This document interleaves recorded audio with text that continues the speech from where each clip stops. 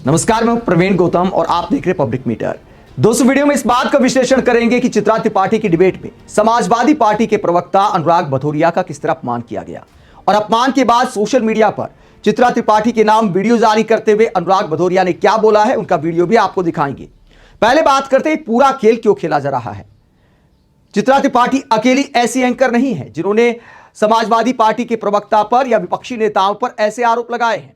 और भी कई एंकर हैं। वो ऐसा खेल खेलने को क्यों मजबूर है?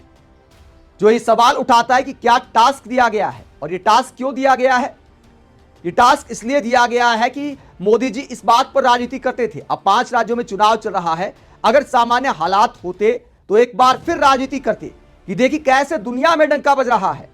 तमाम देशों का नाम गिनाते थे। अमेरिका में डंका बज रहा है कि नहीं बज रहा, ऑस्ट्रेलिया में डंका बज रहा है कि नहीं बज रहा।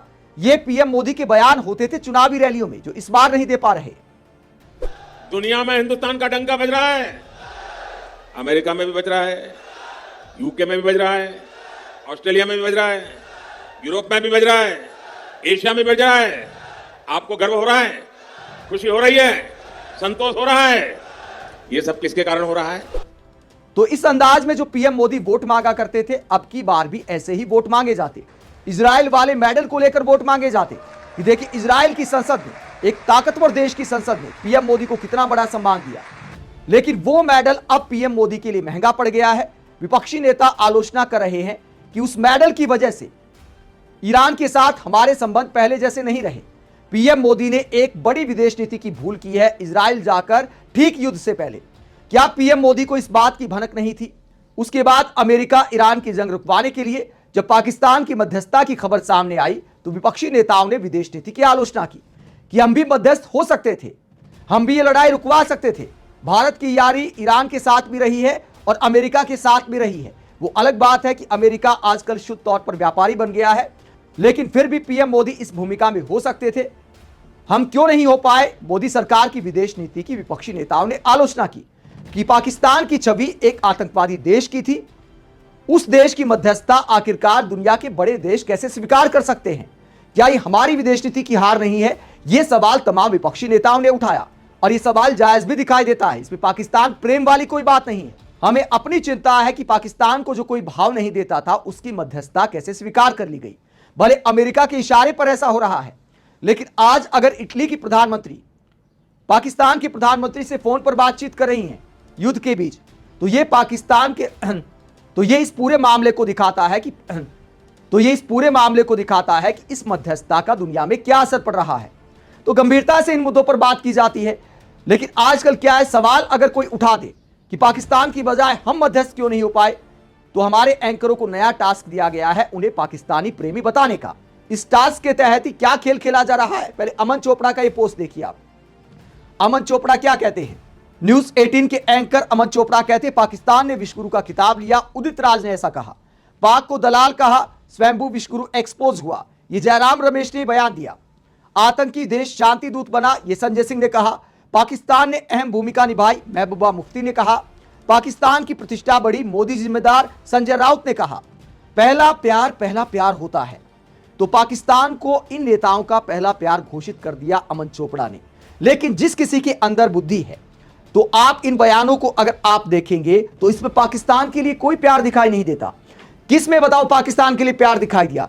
अगर उदित राज ने पीएम मोदी पर कटाक्ष किया कि पाकिस्तान ने विश्वगुरु का खिताब लिया, तो यह कटाक्ष है, क्योंकि विश्वगुरु के नाम पर मोदी जी राजनीति करते हैं। हमारे एंकर भी पीएम मोदी को विश्वगुरु बताते हैं और अब भी विश्वगुरु बता रहे हैं। रूबिका लियाकत जैसी एंकर तो अब भी कहती हैं किसी के पेट में दर्द हो तो दर्द हो, लेकिन हम तो विश्वगुरु हैं। पलटकर कोई सवाल कर ले, भैया किस मामले में विश्वगुरु हैं, कोई जवाब किसी के पास नहीं है। लेकिन लगातार दोहराया जाता है कि हम विश्वगुरु हैं। तो विश्वगुरु विश्व के इतने बड़े घटनाक्रम में क्या भूमिका निभा रहे हैं, क्या कोई एंकर बता सकता है? कहते भैया तटस्थ बैठे हैं। तो विपक्षी नेता यही तो सवाल उठा रहे हैं कि तटस्थ बैठने वाले, एकदम शांति से बैठने वाले विश्वगुरु कैसे हो सकते हैं? इसके बाद अगला बयान, पाक को दलाल कहा, स्वयंभू विश्वगुरु एक्सपोज हुआ, जयराम रमेश। तो इसमें आखिरकार पाकिस्तान के लिए प्यार कहां से उमड़ आया? जो विदेश मंत्री ने कहा कि मध्यस्थता करने वाले तो दलाल होते हैं, ये मैसेज एक तरह से विदेश मंत्री का बयान देता है, जो उन्होंने कहा कि हम पाकिस्तान की तरह दलाल नहीं है, इसलिए हम मध्यस्थता नहीं करते। तो युद्ध रुकवाना, मध्यस्थता करना क्या दलाली है? ये एक सवाल है, सिंपल सवाल है। अगर भारत मध्यस्थता करता तो हमारे एंकर विश्वगुरु बताते पीएम मोदी को। अब कोई दूसरा देश अगर मध्यस्थता कर रहा है, या यूं भी कह सकते हैं कि उसको मध्यस्थता दी गई है, मान लो अमेरिका की मर्जी से ही सारा हो रहा है, और मान लो नहीं, इस बात में सच्चाई भी है, मैं मानता हूं सारा कुछ अमेरिका का ये पूरा ड्रामा है। पाकिस्तान को मध्यस्थता देने को चुना है अमेरिका ने, इस बात में सच्चाई है कि पाकिस्तान अमेरिका का पिट्ठू है। लेकिन यह कहना कि मध्यस्थता करने वाले दलाल होते हैं, इस बयान की अगर किसी ने आलोचना की तो इसमें पाकिस्तान प्रेम वाली क्या बात है? ये तो सामान्य ज्ञान की बात है। अगला बयान, आतंकी देश शांति दूत बना संजय सिंह। तो इस बयान में आखिरकार कौन सा पाकिस्तान प्रेम झलकता है जो पहला प्यार अमन चोपड़ा कहते हैं?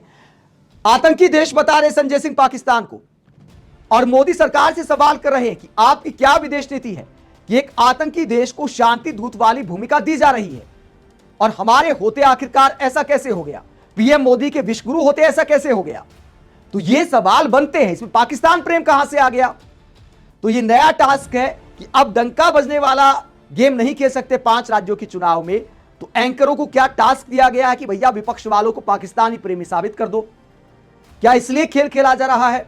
अब बताते चित्रा त्रिपाठी के शो में क्या मजाक हुआ, और विपक्षी नेता ऐसे बेइज्जती कराने जाते ही क्यों हैं जहां खुल्लम खुला बेइज्जती की जाती है। और मुझे इन नेताओं पर तरस भी आता है। मैंने कई ऐसे नेता देखे हैं, अनुराग भदौरिया सहित, जो शो के बाहर भी बड़े प्यार से पिक्चर खिंचवाते हैं इन एंकरों के साथ, जैसे किसी सेलिब्रिटी के साथ फोटो खिंचा रहे हो। एक तरह से मैसेज दिया जाता है कि भले डिबेट में गर्मा गर्मी हो जाती है, लेकिन मतभेद हो सकते हैं, मनभेद हमारे बीच नहीं है।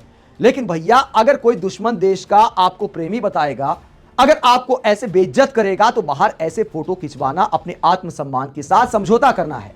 ये साधारण डिबेट नहीं होती, ये विचारों का आदान प्रदान नहीं है। आपके साथ खिलवाड़ किया जा रहा है, आपको बेइज्जत किया जा रहा है, और इतनी घनघोर बेइज्जती के बाद भी आप बाहर शादी समारोह में टकरा जाते, कहीं और टकरा जाते, बड़े चाव से फोटो खिंचाते हैं। बहुत सारे विपक्षी नेता मैंने देखा।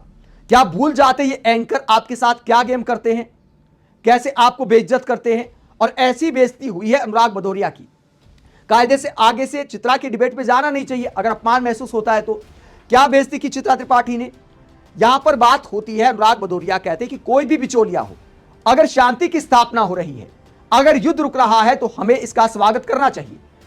और इस बात को लेकर पाकिस्तान के जो एक्सपर्ट चित्रा त्रिपाठी ने बुलाए थे, वो ताली बजाते हैं। उसके बाद चित्रा जो अनुराग भदौरिया को सुनाती हैं, वो अपने आप में वैसे तो हास्यास्पद लगता है, लेकिन गुस्सा भी आता है कि देखिए एंकर किस तरह का व्यवहार करे देश के विपक्षी नेताओं को पाकिस्तानी प्रेमी साबित करने पर तुले हैं। कहते हैं कि अनुराग भदौरिया, आपको शर्म आनी चाहिए, आप पाकिस्तान की सपोर्ट कर रहे हैं। पाकिस्तान की सपोर्ट करने वाला एक शब्द नहीं बोला अनुराग भदौरिया ने। समाजवादी पार्टी के प्रवक्ता अनुराग भदौरिया ने बस इतना बोला था कि हम बुद्ध के देश है, युद्ध के नहीं, तो हमें इसका स्वागत करना चाहिए। अब इस स्वागत को लेकर चित्रा बिफर जाती है। आपको शर्म आनी चाहिए, आप पाकिस्तान का सपोर्ट कर रहे, पाकिस्तान का एक्सपर्ट आपकी बात पर तालियां बजा रहा है। अब पाकिस्तान वाला अगर अनुराग भदौरिया की बात पर ताली बजा रहा है, तो अनुराग भदौरिया को क्यों शर्म आनी चाहिए? अगर सही बात पर पाकिस्तान वाला कोई ताली बजाए, तो उसमें अनुराग भदौरिया कैसे रोक सकते हैं? जब पाकिस्तान में कोई प्रधानमंत्री मोदी की तारीफ कर दे, तो यही एंकर, यही मीडिया वाले कहते हैं कि भैया देखो पाकिस्तान में भी डंका बज रहा है। अब पाकिस्तान का एक्सपर्ट जो आपने बुलाया है, वो आपके बुलाने पर इस शो में बैठा है, अनुराग भदौरिया की बात पर ताली बजाता है कि युद्ध रुकना चाहिए, सबको इसका स्वागत करना चाहिए। इसमें पाकिस्तान प्रेम कहां से झलक गया? इसमें पाकिस्तान को सपोर्ट करना कैसे हो गया? अब चित्रा त्रिपाठी कहती है कि आपको शर्म आनी चाहिए, आप भारतीय होकर आप पाकिस्तान को सपोर्ट कर रहे हैं, आपको शर्म आनी चाहिए कि पाकिस्तान का एक्सपर्ट आपकी बात पर ताली बजा रहा है। बताइए, अनुराग भदौरिया उसके हाथ पकड़ लेते जाकर, भैया ताली मत बजाओ, आप ताली बजाओगे तो मुझे आपका दोस्त मान लिया जाएगा। इन बातों का आखिरकार लॉजिक क्या है? एक लाइन अनुराग भदौरिया ने पाकिस्तान के सपोर्ट में नहीं बोली, उसके बावजूद चित्रा त्रिपाठी और एबीपी न्यूज क्या साबित करने पर तुला है, ये पोस्ट आप देखिए। ये वीडियो पोस्ट करते हुए एबीपी न्यूज ने क्या लिखा? समाजवादी पार्टी प्रवक्ता अनुराग भदौरिया ने पाकिस्तान की पीठ थपथपाई, चित्रा त्रिपाठी ने जमकर सुनाई। तो इस तरह सोशल मीडिया पर भी वीडियो पोस्ट करके बेइज्जत किया जाता है। यह साबित करने की कोशिश की जाती है कि अनुराग भदौरिया तो पाकिस्तान के साथ है, और चित्रा त्रिपाठी ने भयंकर बेइज्जती कर दी, भयंकर सुना दिया। तो क्या ऐसे बेइज्जत होने के लिए आप ऐसी डिबेट में जाते हैं जहां पाकिस्तान की पीठ एक बार भी अनुराग भदौरिया ने नहीं थपथपाई, कोई तारीफ नहीं की पाकिस्तान की, बस इतना कहा कि युद्ध रुकता है तो सबको स्वागत करना चाहिए। अब इस बात पे पाकिस्तान की तारीफ करना कहां से हो गया? अनुराग भदौरिया जवाब देते हैं और कहते हैं चित्रा त्रिपाठी जी झूठ बोल रही हैं। दुश्मन देश पाकिस्तान को भारत के टीवी पर बैठाए हुए हैं। मैंने चित्रा जी को आईना दिखाया है तो परेशान हो गई। विश्वास नहीं तो वीडियो सुन लो। तो सफाई देते अनुराग भदौरिया। उसके बाद एक वीडियो भी जारी करते चित्रा त्रिपाठी और बाकी एंकरों को लेकर क्या कहते हैं, जरा सुनो। होता है तब तो आजकल टीवी चैनलों पे एक नया चलन देखने को मिल रहा है। जब बीजेपी का प्रवक्ता बोलता है तब तो एंकर महोदय एकदम शांति से सुनते रहते हैं। ऐसा लगता है कि वो कोई कथा वाचन कर रहा है, अच्छी बातें बोल रहे हैं। लेकिन जैसे ही विपक्ष का नेता जनता की बात बोलने लगेगा, जनता के मुद्दे उठाएगा, समाज के मुद्दे उठाएगा, एंकर महोदय उसके बीच में रनिंग कमेंट्री करने लगेंगे और इसमें इतनी रनिंग कमेंट्री करेंगे कि जैसे कि जिससे कि विपक्ष की आवाज जनता के बीच ना पहुंच पाए, उस शोरगुल में दब जाए। ये बात उनकी जनता तक ना पहुंचे दबाने का एक मुख्य कारण बन चुका है कि एंकर महोदय बीच में बहुत टोका-टाकी करते हैं या उनके जो समर्थित बीजेपी के होंगे वो बीच बोलने लगेंगे, जिससे विपक्ष अपनी बात जनता तक नहीं पहुंचा सकता।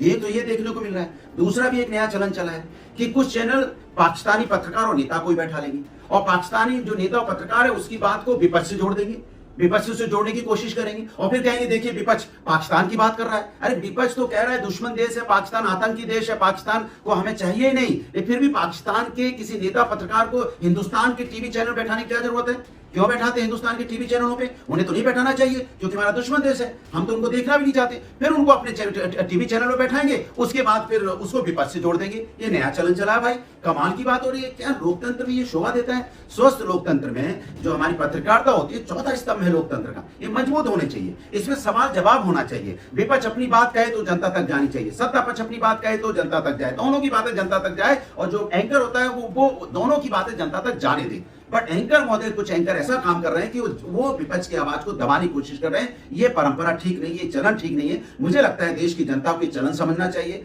कुछ मीडिया हाउस को भी ये चलन को रोकना चाहिए। ये ठीक नहीं है क्योंकि स्वस्थ लोकतंत्र के लिए स्वस्थ परंपराएं होनी चाहिए, पत्रकारिता भी स्वस्थ होनी चाहिए और बातें भी जो जनता के मुद्दे की बातें जनता तक जानी चाहिए। तभी सही मायने में एक डिबेट हो पाती है, सही मायने में अपनी अपनी बात कह सकता है लोग। अदरवाइज बात शोरगुल में खो जाती है, एंकर महोदय की आवाज में भी विपक्ष की आवाज दब जाती है।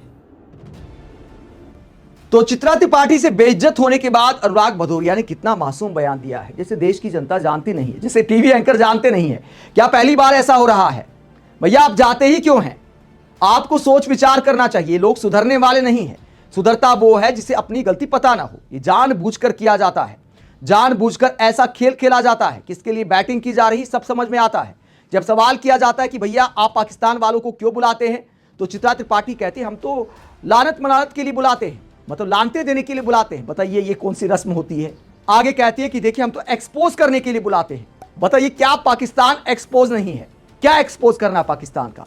आप बुलाते टीआरपी के लिए, आप बुलाते विपक्षी नेता अगर कोई बात कहे पाकिस्तान वाला ताली बजा दे तो विपक्ष वाले को पाकिस्तान का दोस्त साबित कर देना है, क्या इसलिए बुलाते हैं?